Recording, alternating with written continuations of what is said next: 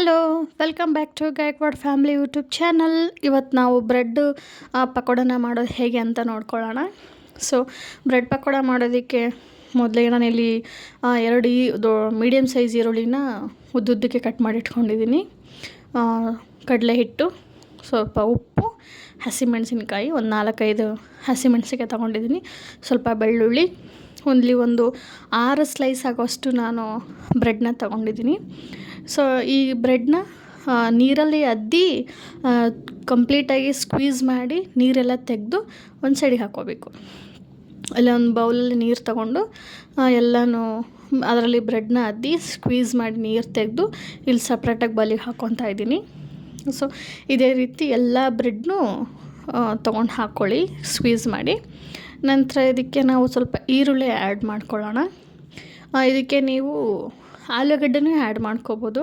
ಆಲೂಗಡ್ಡೆನೇ ಸಿಪ್ಪೆ ಬಿಡಿಸಿ ತುರಿದು ಇದೇ ಥರ ಅದರಲ್ಲಿ ರಸ ಬರುತ್ತಲ್ಲ ಅದನ್ನೆಲ್ಲ ಹಿಂಡಿ ಸ್ಕ್ವೀಸ್ ಮಾಡಿ ಇದರಲ್ಲೇ ಆ್ಯಡ್ ಮಾಡ್ಕೋಬೋದು. ಸೊ ನಾನು ಇವಾಗ ಬೆಳ್ಳುಳ್ಳಿ ಹಾಕ್ಕೊಂಡಿದ್ದೀನಿ. ನಂತರ ಸ್ವಲ್ಪ ಹಸಿಮೆಣಸಿನ್ಕಾಯಿ, ಕಡಲೆ ಹಿಟ್ಟು, ಹಸಿಮೆಣ್ಸಿನ್ಕಾಯಿ ಸಾಕಾಗಲ್ಲ ಅನ್ನೋರು ಖಾರದ ಪುಡಿ ಕೂಡ ಹಾಕ್ಕೋಬೋದು.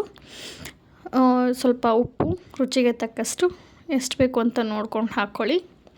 ಇದನ್ನು ಎಲ್ಲನೂ ಮಿಕ್ಸ್ ಮಾಡೋಣ ಕಂಪ್ಲೀಟಾಗಿ, ಎಲ್ಲ ಕಡೆನೂ ಮಿಕ್ಸ್ ಆಗಬೇಕು. ಇದಕ್ಕೆ ನೀರು ಹಾಕಿ ಮಿಕ್ಸ್ ಮಾಡೋವಂಥ ಅವಶ್ಯಕತೆ ಇಲ್ಲ, ಹಾಗೆ ಮಿಕ್ಸ್ ಆಗಿಬಿಡುತ್ತೆ ಎಲ್ಲನೂ. ಕಂಪ್ಲೀಟಾಗಿ ಎಲ್ಲ ಮಿಕ್ಸ್ ಮಾಡಿದ್ಮೇಲೆ ಈ ರೀತಿ ಆಗುತ್ತೆ. ಸೊ ನೋಡಿ ನಾನಿಲ್ಲಿ ಎಲ್ಲ ಮಿಕ್ಸ್ ಮಾಡಿದ್ದೀನಿ. ಸೊ ಇದಕ್ಕೊಂದು ಸ್ವಲ್ಪ ನಾವು ಗರಂ ಮಸಾಲ ಆ್ಯಡ್ ಮಾಡ್ತಾಯಿದ್ದೀನಿ ಟೇಸ್ಟ್ ಬರಲಿ ಅಂತ. ಸೊ ಗರಂ ಮಸಾಲ ಆ್ಯಡ್ ಮಾಡಿಕೊಂಡು ಕಂಪ್ಲೀಟಾಗಿ ಕಲಿಸ್ಕೊಂಡ್ಮೇಲೆ ಒಂದು ದೊಡ್ಡ ಉಂಡೆ ಗಾತ್ರ ಆಯಿತು. ಸೊ ನಾನಿವಾಗ ಸ್ಟವ್ ಆನ್ ಮಾಡಿಕೊಂಡು ಬಾಣಲೆ ಇಟ್ಬಿಟ್ಟು ಆಲ್ರೆಡಿ ಎಣ್ಣೆ ಕಾಯಕ್ಕೆ ಇಟ್ಟಿದ್ದೀನಿ. ಸೊ ಎಣ್ಣೆ ಚೆನ್ನಾಗಿ ಕಾಯಬೇಕು.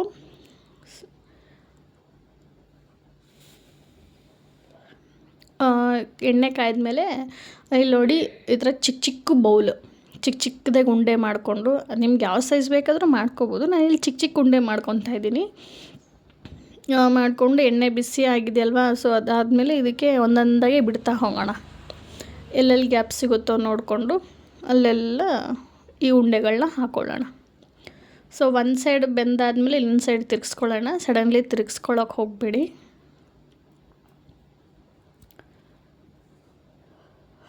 ನೋಡ್ತಿರ್ಬೋದು ಇವಾಗ ಇದು ಎರಡೂ ಕಡೆನೂ ಚೆನ್ನಾಗಿ ಬಂದಿದೆ, ನೋಡ್ತಾ ಇರ್ಬೋದು.